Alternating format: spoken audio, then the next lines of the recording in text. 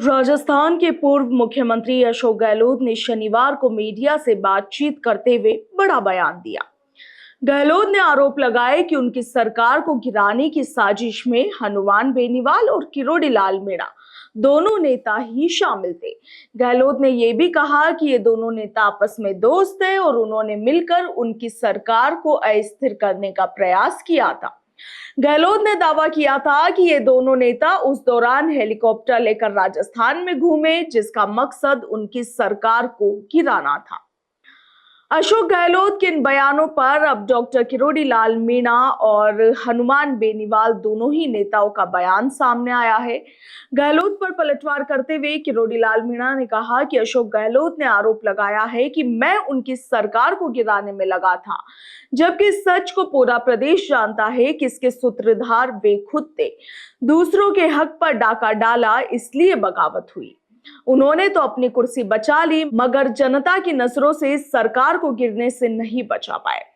किरोड़ी लाल मीणा ने आगे कहा कि आपकी सरकार तो जनता की नजरों में उसी दिन गिर गई जिस दिन युवाओं की मेहनत और सपनों का सौदा नकल माफिया से किया। मेरे बार बार पुख्ता सबूत देने पर भी पेपर लीक करने वालों पर कार्रवाई करने की बजाय उन्हें संरक्षण दिया। उन्होंने कहा कि हमारी सरकार आपके एक एक कारनामे को उजागर कर रही है।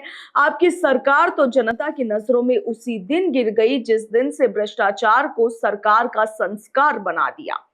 आपके संरक्षण में मंत्री, अधिकारी और विधायकों ने राजस्थान को लूटने के सारे रिकॉर्ड ध्वस्त कर दिया।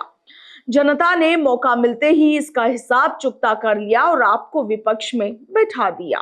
वहीं हनुमान बेनीवाल ने अशोक गहलोत पर पलटवार करते हुए कहा कि 2018 के विधानसभा चुनाव के परिणाम के बाद जब सचिन पायलट ने मुख्यमंत्री बनने के लिए मुझसे समर्थन मांगा था, तब बिना किसी शर्त के मैंने सचिन पायलट को सीएम बनाने के लिए आरएलपी के 3 विधायकों का समर्थन कांग्रेस पार्टी को देने की बात कही। चूंकि मानेसर प्रकरण कांग्रेस पार्टी की अंदरूनी कलह का नतीजा था, क्योंकि जनता के हितों को बुलाकर आप सीएम बने रहने और आपकी पार्टी के नेता सीएम बनने की दौड़ में लग गए। मेरा स्टैंड हमेशा जनभावना को ध्यान में रखते हुए स्पष्ट था और सार्वजनिक था।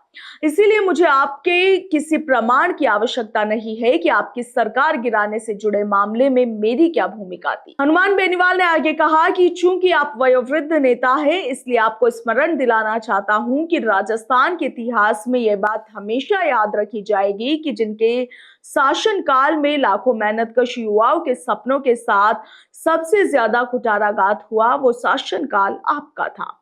हनुमान बेनीवाल ने कहा कि गहलोत जी ये क्यों भूल गए हैं कि उनके मुख्यमंत्री रहते हुए सीएमओ में बैठे अधिकारी, उनके नजदीकी नेता और वो लोग जिन्हें जनता आपका दलाल कहती थी, सभी की भूमिका पेपर लीक जैसे मामलों में थी। बेनीवाल ने आगे कहा कि आपकी सरपरस्ती में ही जिन लोगों ने राजस्थान के बेरोजगार युवाओं के सपनों के साथ खिलवाड़ किया, उनके खिलाफ कार्यवाही करना तो दूर, आपने एक शब्द तक नहीं बोला।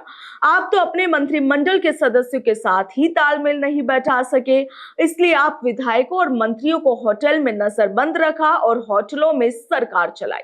आपके शासन में राजस्थान देश भर में अपराध में नंबर 1 पर आ गया, पेपर लीक में नंबर 1 पर आ गया और इसीलिए नैतिक रूप से तो आपको किसी पर आरोप लगाने का कोई अधिकार ही नहीं है, क्योंकि आपने अपने आला कमान की परिक्रमा कर 15 वर्षों तक राजस्थान की जनता को ठगा। ब्यूरो रिपोर्ट, भारत रफ्तार।